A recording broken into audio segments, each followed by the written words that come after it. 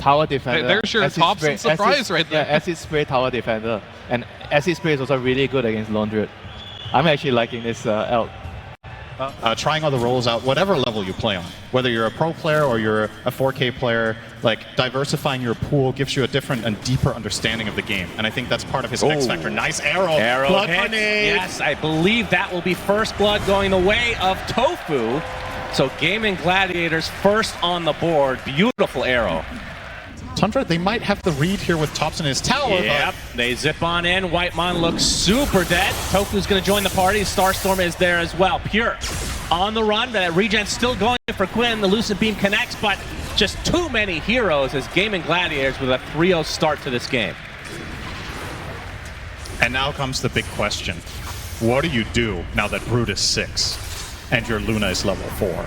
Because she's not coming back to this lane. I'm telling you that much. She doesn't stand a chance here. So I think Radiance is too slow. But the question, like the old mid Alchemist build that some players would go for would be Solar Crest. He's actually queuing up the Radiance now. It's high risk, high reward. I can't say I love it because I'm a little bit concerned. First arena of the game will be reserved for Celery, and that's the first kill from Tundra. They're only down 1,000 at this point, so this is actually, I would say, already a quite meaningful advantage for the side of Gaimin Gladiators. Oh, Whitemon initiated on by Quinn. That is another kill to Gaimin's side.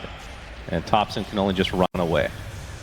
So these necrotic webs from Ace, they reduce regen by 30%. Chemical Rage is regen.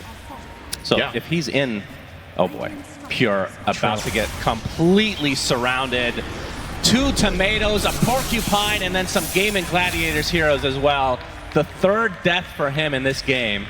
Boy, we really cursed him. Good lord. Soxa trying to pressure the tier 1 tower. In the meantime, Quint will casually right-click him down. Soxa does not have his ult yet, so feels like, oh, he's actually regenerating quite a bit as Quinn running out of mana, but eventually does get the kill. I will say, so you say we're cursing Pure, but thinking about that, the tier 2 tower top is gone. Would you believe it? They've made us patch to this game, so now there's 2 Tormentors. He found the second one. Soxa. He's dead. Very dead. Does have his ult now, but still, just too much damage. And bottom lane, Dyrachyo. He is surrounded. There's the arena. The Eclipse coming out. His Thompson with Dyrachyo somehow kills Ramses before, and now Pure will get the trade. So, well, showing off the Radiance is Thompson, so do have to be a lot more careful with those little spiders.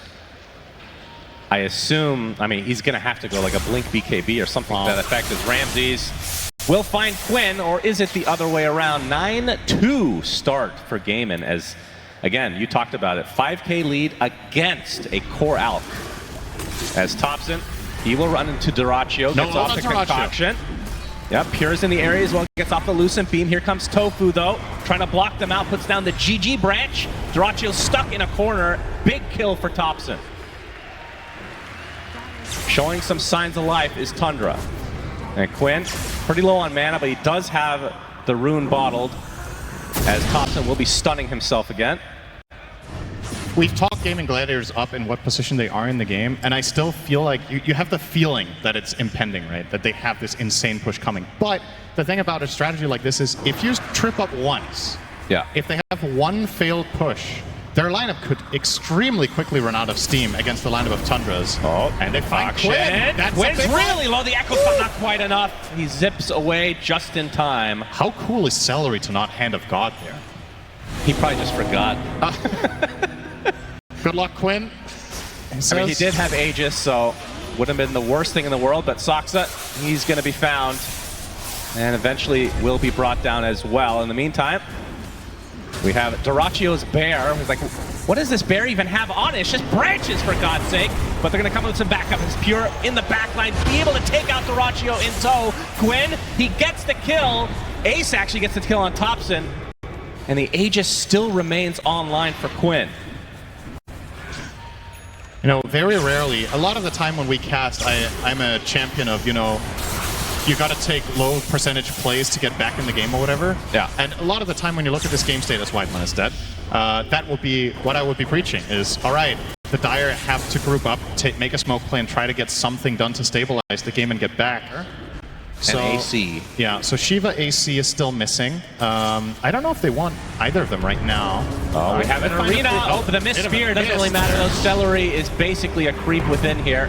Pure and company will. Okay, the pipe Dyrachyo going in with the harpoon, doing so much damage to this Mars. Ramses just abandoned by his team as Thompson will concoct and attempt to run. He might be stunning himself, but the arrow is upon Soxa again. We've seen it time and time again in this game. As now Gaimin Gladiators on the footsteps here of the base from Tundra.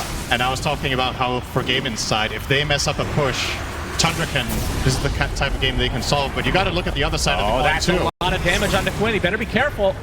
That does not have the Aegis here. We're still defending us only 3 for now, so this is a pretty good sign for Tundra. If these 3 can hold the tower on their own with just the threat of a potential buyback, that is very good news for them. Pure, gets initiated on Ordi. HP's in a lot of trouble, tries to force that away, but he is dead for a full minute. And now you have to worry about the zoo from Gaimin Gladiators. They just did the hard part of this defense, and then they walked outside. Wait, he just got buyback. He just got buyback on Pure. He does not want to have to spend this here. No, it absolutely is really, not. But really expensive. I mean, they're going to lose a lot here. Crimson will delay just a bit. They'll have another fortification refreshed here. After the melee racks goes down, they likely will have to give up this set, though, surely. Another harpoon initiation. Soxa dead again. Yeah, you don't really expect to be harpooned by the ranged lone druid, do you? It's not really... There's no, how to say, frame of reference for that one. With everything Gaimin has, this is a very quick claim. And Tundra might just turn tail and run here. I think without information, this play is just so low percentage. They might be better off. Pure's actually sticking around. Okay. Yeah. They can see that somebody's taking some lotuses, and they must be punished for their transgressions. Eclipse used on the Tofu.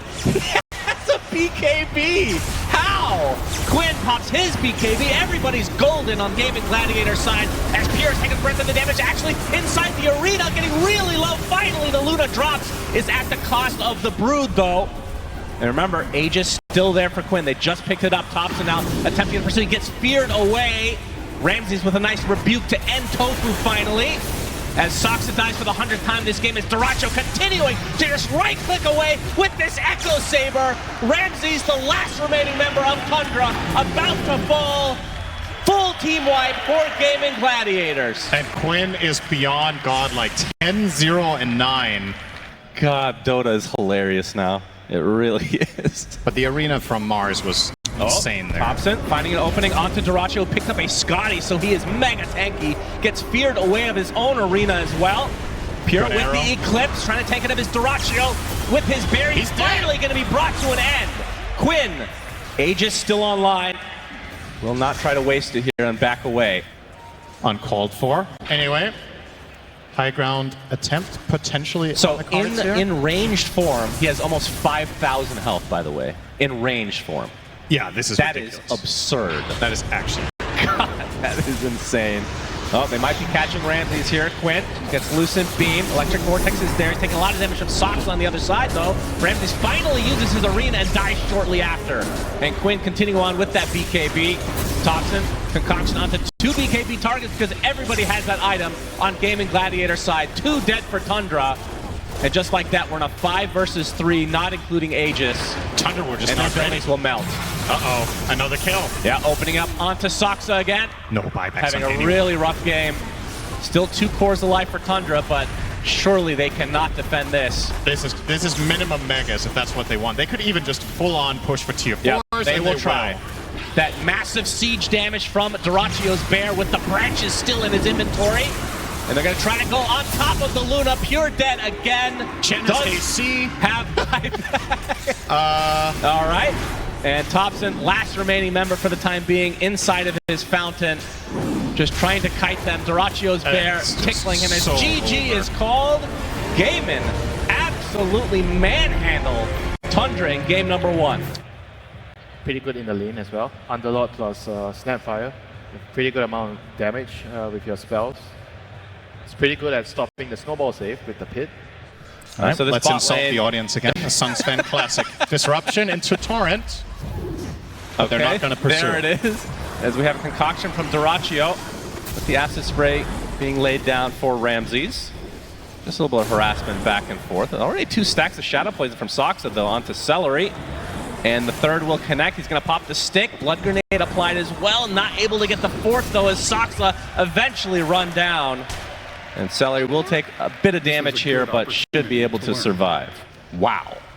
I didn't think it would be this bad. That's pretty crazy. Fortunately, Quinn has a haste run and he'll go kill the enemy carry. So Doracio's still far ahead of Pure. And now they're going to dive Whitemon, cookied up. He's gets the snowball. 5. Yeah. Onto the siege. And he is surrounded and will eventually be killed off. Only question is who will get credit for it. It will be Ace. And now the tier 1 tower is next. Straight back to mid for Quinn. Job well done. He got 2 kills on the bottom lane, and now he's going to get back to defend his tower and farm. And Tundra will do everything in their power to try to avoid that.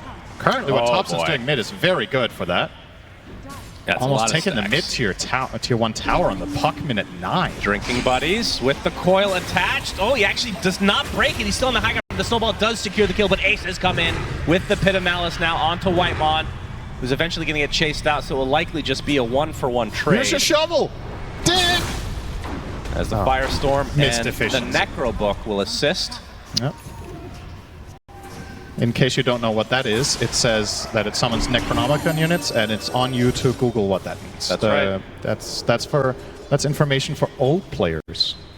Quinn Sand King, as the great Moon Meander once said 10 minutes ago. You learn this stun on level 10 as Sand King. I don't mean hero level, but of course Dota Plus level. Yeah, Dota Plus. Very unfortunate he was actually level 10. That made the joke really bad. I was going to say, I think Silver is level 10. There's Moon Meander on the bottom right as we have a gank here. Quinn, he's going to get the Burrow Strike correctly used here as Whitemon will take a tumble.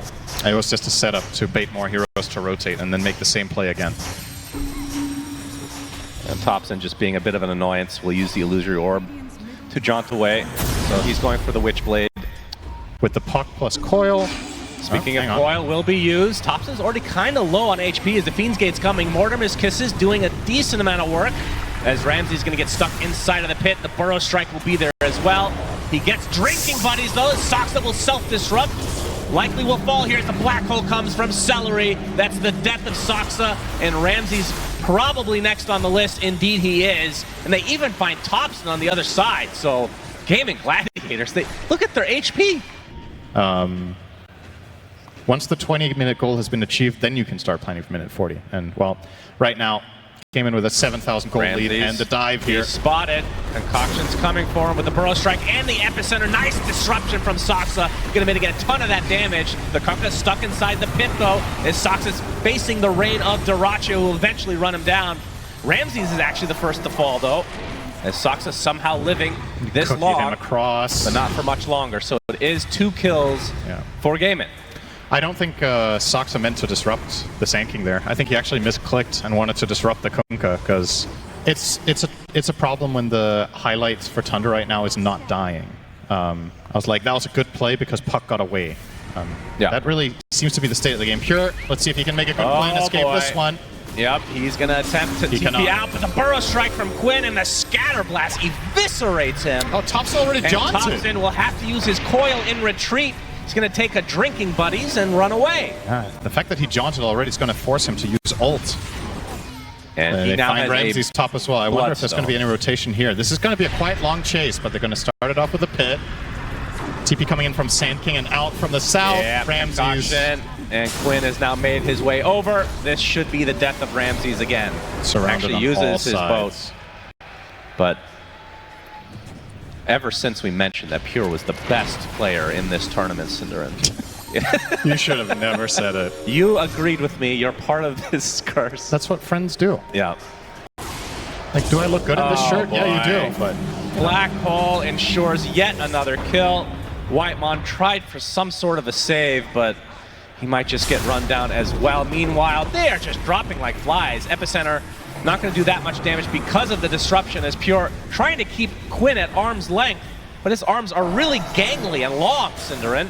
He's going to get the Burrow Strike and the kill. This is a good opportunity to learn. He has ridiculous wingspan. what if Gaimin were tricking everyone the whole tournament into banning their second best strategy? And now they gave them their best strategy by banning all their heroes. The kisses come from very far away. Quinn with a double kill. My goodness, this is not even remotely close. What happened? This is the upper bracket semis. Well, when the early game goes poorly and you reach this mid game and you can't fight them, what is your plan actually? Yeah. Are you going to play keep away and try to out-farm them and just dodge them? Are you even going to be able to match their farming speed in that case because they control 75% of the map? Are you going to just YOLO into a fight and hope for the best? What if they never split up so you can't get a skirmish? Oh boy. Pure gets stunned. Whitemon doing a nice job of blocking off one hero, but the problem is there's many others to contest with. That's going to be 2 quick kills again for Gaimin. It is 19-2. And arguably, this is more than likely going to be the hardest matchup you're playing until you might meet them again ultimately. Most likely, that is correct. Doratio, okay. Do they have the damage to kill him off? No. Oh, he mances off the X. Wow, Oh my God. Perfect timing, and now the runaround is here. Quinn, the Epi, gonna slow Ramses to a crawl. The black hole, everybody's just having their own separate fights, Cinderin. Thompson is dead, Ramses is next, as Celery eventually will fall. That is the 3rd kill for Tundra now. Soxa gets beat down to a pulp, and it looks like Pure and company will just have to try and run away. As Whitemon inside, okay, couple buybacks. They absolutely have to get a kill here on a core hero. Nice disruption from Soxa to dodge the concoction, but it's going to be probably too little too late. So we do have the 3-2-2, by the way. Let's hear some cheers in the crowd for that. As Pure with the gust, stuck inside against drinking buddies, snowball back into it, though he gets rooted again. Oh dear, that is not what you want to see. It was better than not snowballing, because then they would have both been stunned. Now it was only the Drow that died. Yeah, screw the Drought. He's been playing Trading Polygon. All right, so what is your voice line? Since we have plenty of time to talk now, what does your voice line mean exactly? It means cheers. It means cheers. Yes. Okay, that's something that people, hold that thought. Celery, okay. Got a lot of kisses going on. He's actually basically making out with them with so many kisses. Get a room already as Ramses stuck in a horrible position. They're just gonna call it GG. Gaimin Gladiators absolutely destroy Tundra 2-0, and they're gonna go to the upper bracket finals here at TI to face off against Team Liquid.